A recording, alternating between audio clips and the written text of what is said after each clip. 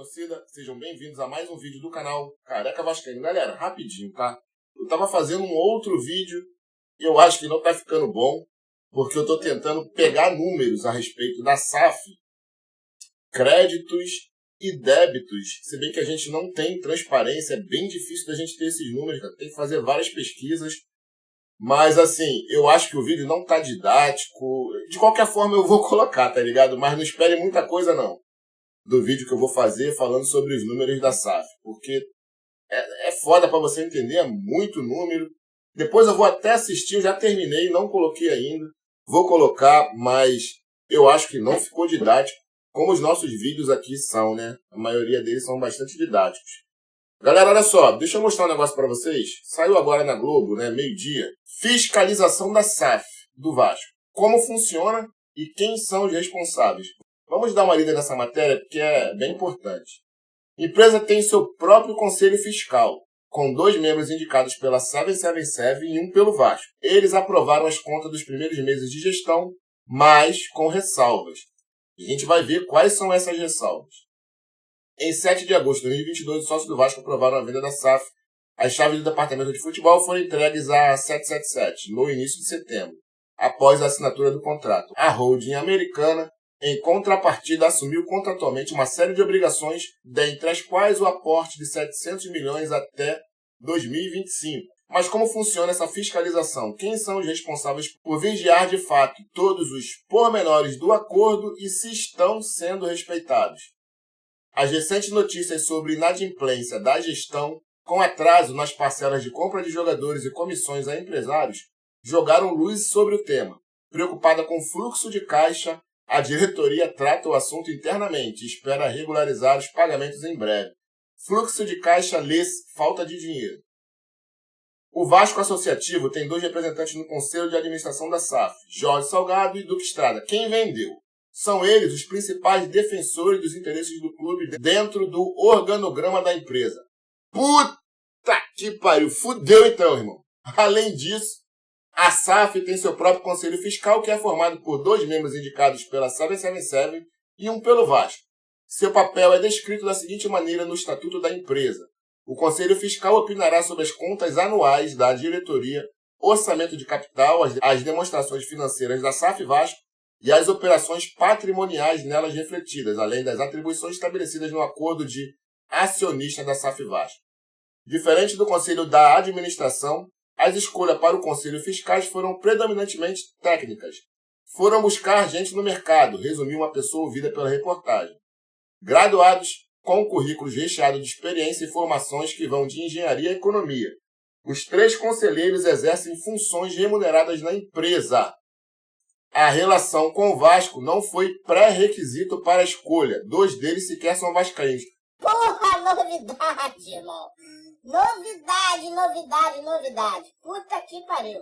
É o presidente do Conselho Fiscal, Carlos Jorge, é brasileiro formado em Engenharia Eletrônica pela UFRJ e possui especialização em e-Business pela FGV e Master of Business Administrations pela College School of Management University. É sócio e cofundador da Chicago Advisory Partners. Pô, essa porra de Partners tá foda, né? E atua como secretário-geral da Open Finance Brasil. É um profissional com experiência em estratégia, inovação e governança em diversos setores industriais. Vander Azevedo é brasileiro.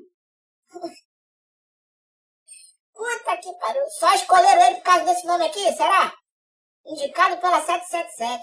Vander, mesmo sobrenome do Josh, indicado pela 777. Coincidência só. Claro, cara é brasileiro, pô. Vander Azevedo é brasileiro formado em engenharia elétrica pela Unicamp. Pô, tem que ser engenheiro elétrico? Fazer o gato, porra.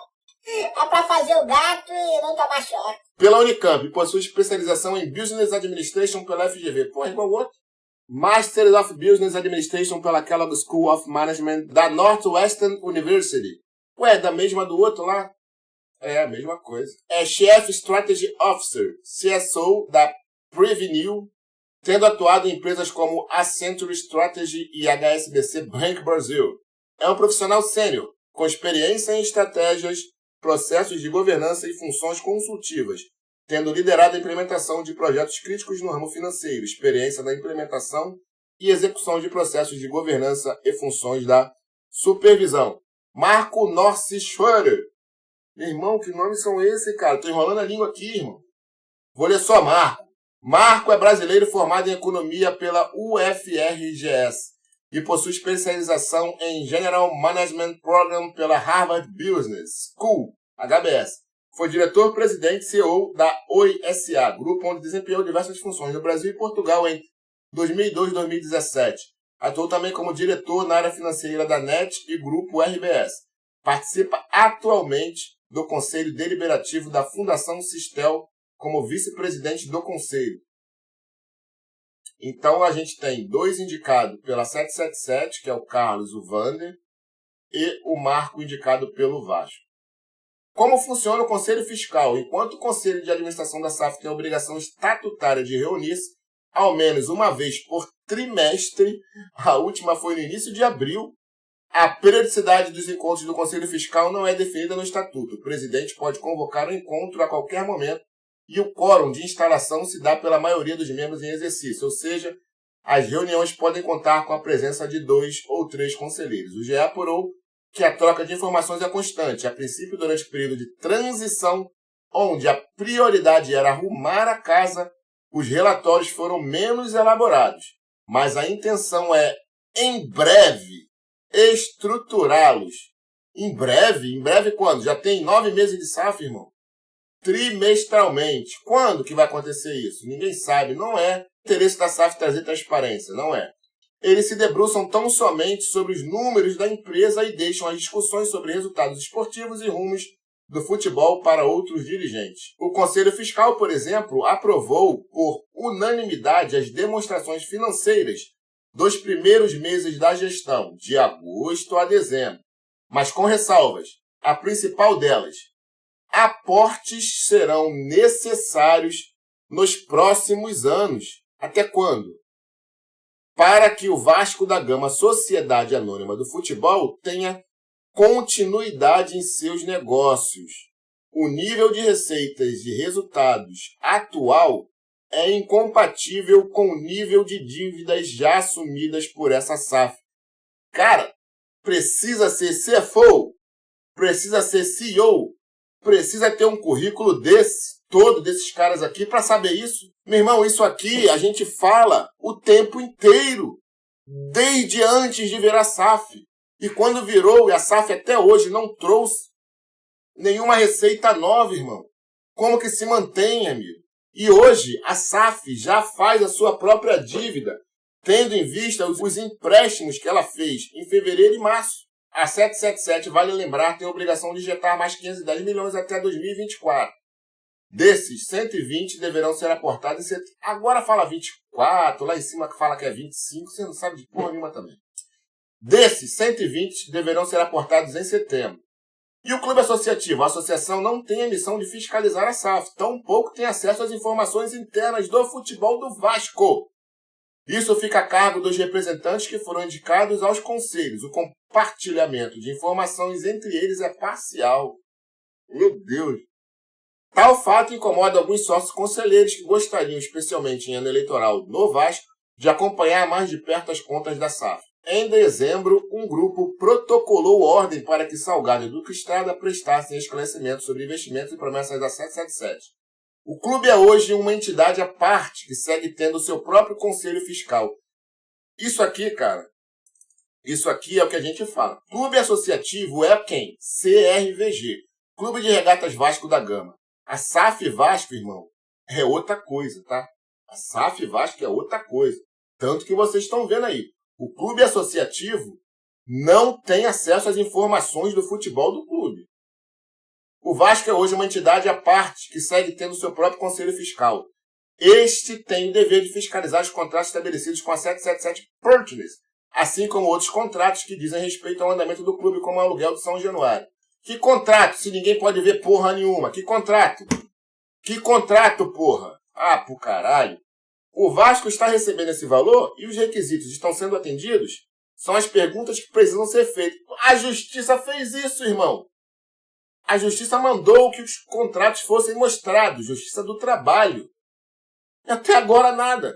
Caso haja necessidade, os conselheiros podem acionar a diretoria administrativa ou até mesmo o conselho deliberativo. Grande coisa. A diretoria administrativa e o conselho deliberativo que vendeu o Vasco. Eles vão cobrar o quê, irmão? Pelo amor de Deus, tenha que mudar a gestão, irmão. Tenha que, nesse ano eleitoral, entre um presidente da oposição que cobre tudo isso. Porque se fosse os caras aí ficar lá 100 anos, eles não vão cobrar. Como acionista de 30% da SAF, o Vasco Associativo ainda pode vender 20%. A lei da SAF exige que os clubes mantenham ao menos 10% das ações. A venda é cogitada e pode ser uma solução para o clube ter receitas para cumprir com suas obrigações e até mesmo investir em São Januário. Pro caralho, vai enganar trouxa. Mas assim, o que é importante nessa matéria? Isso aqui, ó. Vou botar aqui na tela. Uma parada bem importante. Olha só, galera. Esse é o parecer do Conselho Fiscal. Ele aprovou por unanimidade as demonstrações financeiras, é claro, nos primeiros meses da gestão, mas com ressalvas. A principal delas, aportes serão necessários nos próximos anos para que o Vasco da Gama, a Sociedade Anônima do Futebol, tenha continuidade em seus negócios. O nível de receitas e resultados atual é incompatível com o nível de dívidas já assumidas por essa SAF. As dívidas anteriores, os 700 milhões, mas lembrando que a SAF já adquiriu e está adquirindo despesas novas, tanto com jogadores, quanto com bancos, e daqui a pouco também vai ser com a Justiça do Trabalho, daqui a pouco vai ser também com a PGFN, daqui a pouco também vai ser com a Receita Federal. Irmão, nada mudou. A gente sempre falou isso aqui, cara. Se não tiver receitas novas, isso não quer dizer investimento. Porque, cara, esses investimentos são muito estranhos, irmão. Muito estranhos. Eles só aportam dinheiro em setembro. E essa data já pegou. Sempre será setembro. Sempre será o mês de setembro. Ou vocês duvidam? Não tem janela, não pode contratar jogador, não pode porra nenhuma. Aí o dinheiro entra e ninguém vê. Se o dinheiro entrar na janela de transferência, o que acontece? A gente vai cobrar contratações. Entra quando a janela está fechada. Aí você até chegar a outra janela, você já esqueceu até que tem dinheiro lá, irmão. O dinheiro hoje do Vasco é pago por coisas que a gente não pode ver e nem fiscalizar. Diferente de contratações de jogadores. E até isso é difícil pra caralho, porque a gente viu aí, ó, disseram que pagaram 100 milhões nas contratações que chegaram pro Vasco, e na verdade só pagaram 22 milhões. O resto foi tudo, ó, dívida. Tá cheio de dívida já aí da SAF, irmão. E isso daqui é bem importante. Vamos ler o contrário disso aqui agora? Se não tiver aportes na Vasco SAF, os seus negócios serão descontinuados, ou seja, irá à falência. Olha aí no que colocaram o Vasco. Olha aí. Falta de aviso não foi, irmão. Mesmo quando eu era muito leigo, sem saber de nada nessa porra de SAF. O que eu sempre falei aqui? Cara, só o fato da gente poder ir à falência, pra mim já não dá, irmão. Pô, pode ir à falência? Não, tô fora. Tô fora, irmão. É o Vasco, cara. E olha aí, ó. Olha o parecer do conselho. Para acabar, né, para tamparem, né, botarem um tampão em cima dessas notícias, o que eles fazem? Jogadores. Já estão falando em um monte de jogador aí de novo. Só abre em julho a janela. Fui, galera. Tamo junto. Depois eu volto.